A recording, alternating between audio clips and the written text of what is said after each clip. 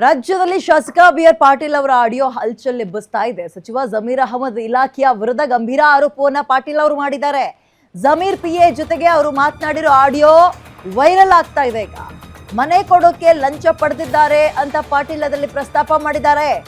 ಸ್ವಪಕ್ಷದ ಸಚಿವರ ವಿರುದ್ಧವೇ ಬಿ.ಆರ್. ಪಾಟೀಲ್ ಕೆಂಡ ಕಾರಿದ್ದು ಇವತ್ತು ಸಿಎಂ ಅವ್ರನ್ನ ಭೇಟಿ ಆಗ್ತಾರೆ ಶಾಸಕ ಬಿ.ಆರ್. ಪಾಟೀಲ್. ಇವತ್ತು ಸಿಎಂಗೆ ದೂರನ್ನ ಕೂಡ ಕೊಡ್ತಾರಾ ಬಿ.ಆರ್. ಪಾಟೀಲ್ ಅನ್ನೋ ಪ್ರಶ್ನೆ ಇದೆ. ಕಮಿಷನ್ ಹಾಗೂ ಭ್ರಷ್ಟಾಚಾರ ನಡೀತಾ ಇರೋ ಬಗ್ಗೆ ದೂರು ಕೊಡೋ ಸಾಧ್ಯತೆ ಇದೆ. ಈ ಹಿಂದೆ ಕಮಿಷನ್ ಕೊಟ್ರೆ ಕೆಲಸ ಆಗುತ್ತೆ ಅಂತ ಪಾಟೀಲ್ ಮಾತಾಡಿದ್ರು.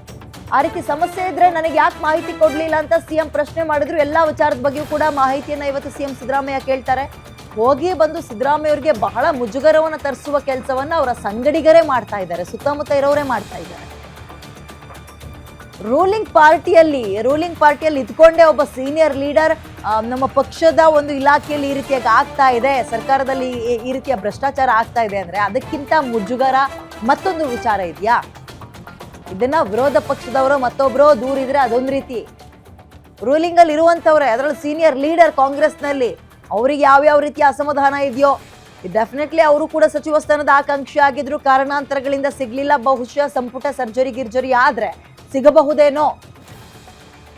ಬಟ್ ಅದರ ನಡುವೆ ಈ ರೀತಿಯ ಒಂದು ಆಡಿಯೋ ಸಿಕ್ಕಾಪಟ್ಟೆ ಬಿಜೆಪಿಗಂತೂ ಒಂದು ದೊಡ್ಡ ವೆಪನ್ ಕೊಟ್ಟಂಗೆ ಆಗಿದೆ ಇವಾಗ.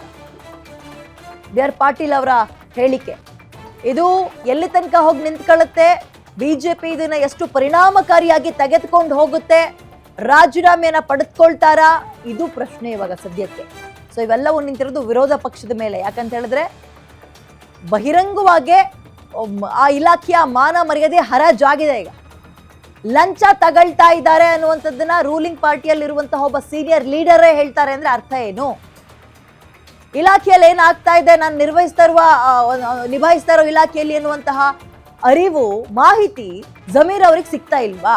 ಇಲ್ಲ ಅನ್ನೋದಾದ್ರೆ ಅವರ ಆ ಒಂದು ಸ್ಥಾನದಲ್ಲಿ ಕೂರೋಕೆ ಲಾಯಕ್ಕಲ್ಲ, ಅನ್ಫಿಟ್ ಅಂತ ಅರ್ಥ.